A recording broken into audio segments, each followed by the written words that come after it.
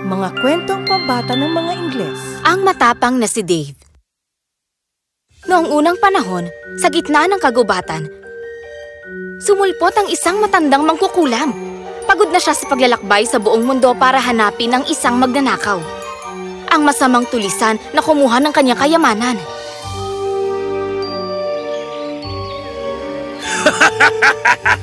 Ang tagal kong inintay para mapasakin ang kayamanan mo. Ngayong matanda at mahina ka na, hindi mo na mababawi pa to sa akin. Kung gusto mong makuha pa sa akin to, tanda, pumunta ka sa bahay ko malapit sa malaking ilog. Parahas ka! Hindi mo alam ang kaya kong gawin. Hahanapin kita, lalabanan at babawihin ko ang lahat ng aking kayamanan.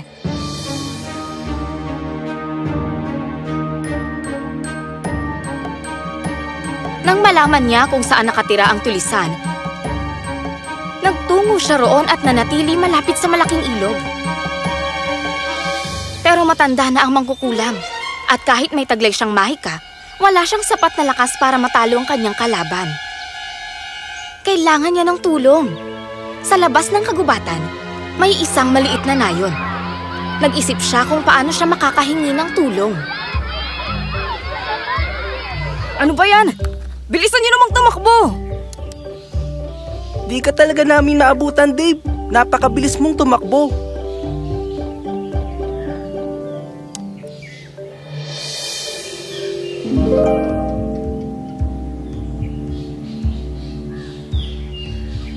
Halika, madali. Sumama ka sa akin, iho. May ipapagawa ko sa'yo.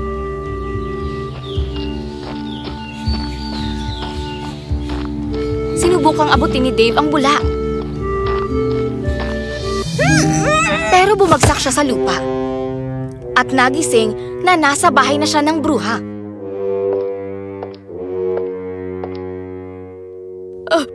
Sino po kayo? Mangkukulam po ba kayo? Oo, isa akong bruha. Masyado bang nakakatakot ang itsura ko para sa'yo? Dahil iba ang aking anyo. Alam kong walang tutulong sa isang matandang bruhang tulad ko. Kaya gumawa ko ng paraan para pumunta rito. Pero pwede kang umalis. May mahika naman ako, sa tingin ko. Naku, patawad po.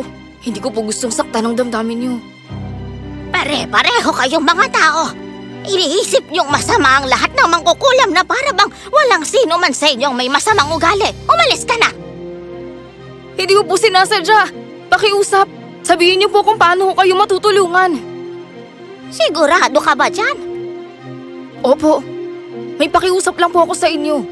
Nag-aalala na po siguro ang mga magulang ko. Pwede po bang gumamit kayo ng mahika para hindi na sila mag-alala sa akin? Tapos, gagawin ko na po ang ipapagawa niyo. Mahusay. Gagawa ko ng sumpang magpapahinto sa oras sa nayon niyo at babalik din sa dati kapag nagawa mo na ang mission mo, anak. Salamat po.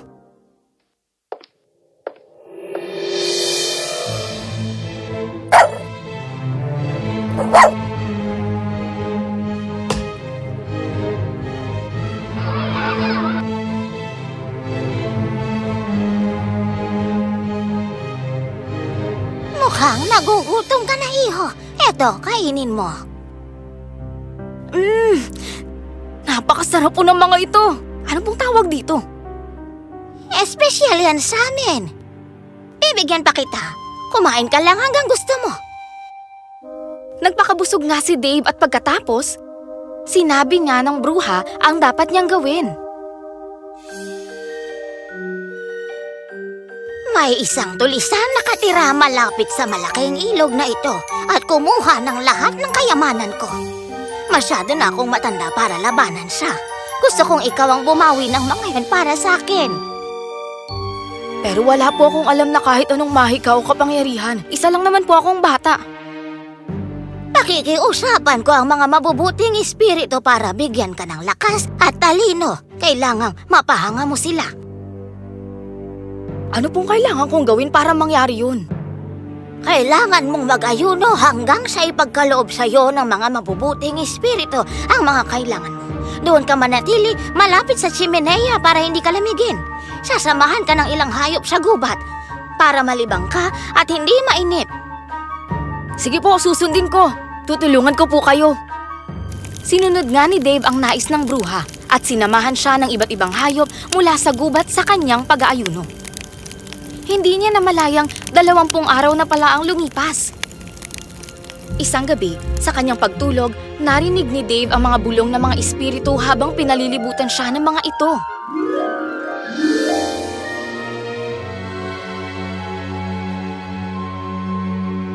Kinaumagahan, hinatiran siya ng pagkain ng matandang bruha. Nakayanan mong hindi kumain ng 20 araw. Malakas kang bata. Siguradong gutom na ka na. Halika, kainin mo to.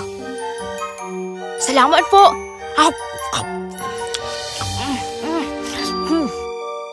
Pumunta ba rito ang mga espiritu at binigyan ka ng mga pagpapala? Naku, hindi po. May ilan pong nagpunta rito pero umalis din po ang iba.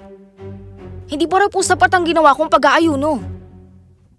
Eh, siguro kailangan mo pa ngang mag-ayuno ng ilang araw. Kaya mo ba yon, iho? Nangako po akong tutulungan ko kayo. Kaya gagawin ko po. At muli, umupo si Dave sa tabi ng tsimeneya. Nagpatuloy siya sa pag-aayuno kasama ang ilang hayop sa gubat. 10 araw pa nga ang lumipas. At isang gabi, nagbalik ang mga mabubuting espiritu. Kinabukasan, dinalhan si Dave ng pagkain ng mangkukulam at kinamusta siya nito. Anong balita, anak? Pumunta na ba ang mga espiritu? Di pa rin po. Minanatili na po, pero umalis din ang iba. Kailangan ko po raw mag-ayuno ng ilang araw pa. Kung ganon, kailangan mo pang mag-ayuno. Magagawa mo pa ba, iho? May pangako po ako sa inyo. Kaya kakayanin ko po ito. Sa pagkakataong yun, habang natutulog si Dave, bumalik ang mga espiritu. Kahanga-hanga ang ipinakita mong katatagan at katapatan. Kaya naman dapat ka naming gantimpalaan. Ikaw ngayon ay magiging malakas, matalino at magkakaroon ng kakayahang maging malaki o maliit. Natuwa si Dave at ang mangkukulam. Nagpasalamat sila sa mga espiritu at agad na naghanda para mabawi ni Dave ang mga kayamanan ng bruha mula sa kumuha nito. Kinuha ng tulisang yon ang lahat ng ginto ko at kinuha rin niya ang mahiwaga kong tulay. Ibinuhos ko ang lahat ng aking mahika para magawa ang tulay na yon. Gamit yon, makakatawid ka sa mga ilog at maaaring lumaki yon para makatawid ka naman sa karagatan. Isang tulay na maghahatid sa iyo sa kalangitan at magbabalik sa iyo sa kalupaan. Kailangan mong maibalik sa akin yon, iho. Binigyan po ako ng lakas at talino ng mga espiritu. Siguradong maibabalik ko po ang lahat ng yun sa inyo. Isuot mo ang mga ito at huwag kang matakot. Pagtiwalaan mo ang mga ito at siyak na makakalakad ka sa tubig at makakatawid ka sa malaking ilog. Susundin ko po ang bilin ninyo. Umalis na nga si Dave sa bahay ng bruha. Agad siyang nagtungo sa malaking ilog. Malakas ang daloy ng tubig sa ilog at nakakatakot ang mga yun. Nag-alangan si Dave na tumapak sa tubig. Ngunit naisip niya ang pangako niya sa mangkukulam. Walang dahilan para siya sumuko. Kaya naman, sinubukan niyang tumapak sa tubig ng ilog sa isa pang pagkakataon.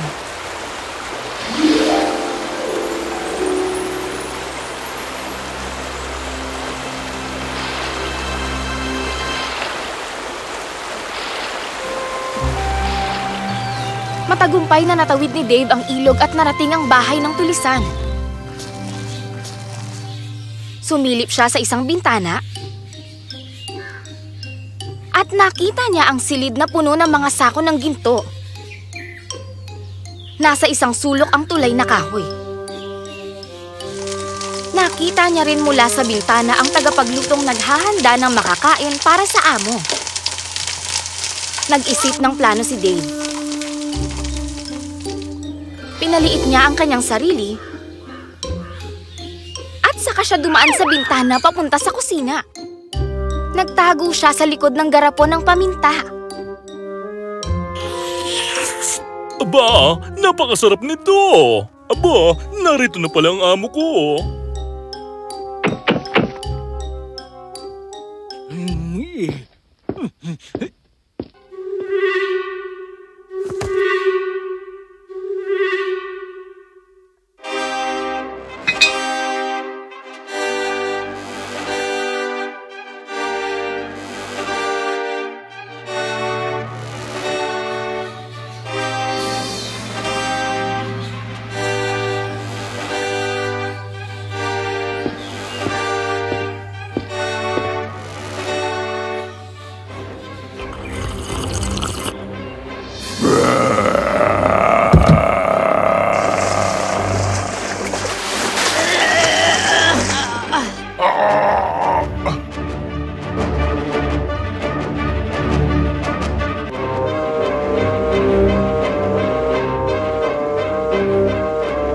Matapos nun, buong lakas na binuhat ni Dave ang bahay ng magnanakaw, kasama ang lahat ng kayamanan ng bruha at ang mahiwagang tulay nito.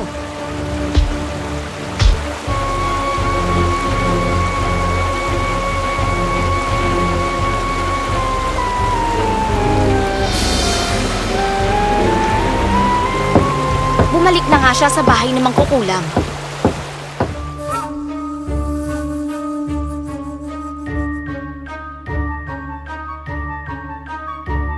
Ibinabalik ko na po sa inyo hindi lang ang inyong kayamanan, kundi pati na rin ang magnanakaw para maparusahan niyo na po siya at nang hindi niya maisipan pang magnakaw muli sa iba. Isa lang ang dapat gawin sa kanya.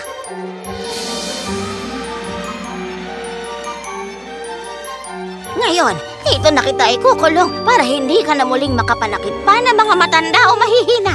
Naiintindihan mo ba? Doon na nga nagtapos ang kasamaan ng tulisan. At lubos ang pasasalamat na mangkukulam sa batang si Dave. Maraming salamat sa iyo, iho. Makakabalik na ako sa aming mundo. Matapang ka, Dave. Napakalaki ng naitulong mo sa akin. Sabihin mo, anong gantimpala ang nais mo? Ibibigay ko kahit ano. Naku, wag na po. Pauwiin niyo na lang po ako sa tahanan namin at ibalik sa dati. Hindi ko naman po kailangan ng mga kapangyarihan umahi ka. Masaya po kaming mga tao na makatulong at makabawi kung may nagawa man kaming hindi maganda. Kahanga-hanga ang talinong kaloob sa'yo ng mga espiritu, mahal. Napakahusay. Oras na para ibalik na kita sa dati. Pero ang taglay mong kapangyarihan ay babalik sa'yo sa oras na kailanganin mo ito para magbigay tulong sa iba. Mag-iingat ka parati, Apo. Ikinararangal ka naming tunay, Dave.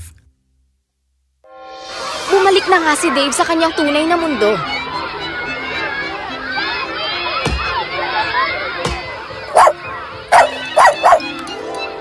Nagbalik na rin ang matandang bruha sa mundo niya, dala ang kanyang pinakamamahal na kayamanan at ang mahiwagang tulay na kahoy, ang wakas.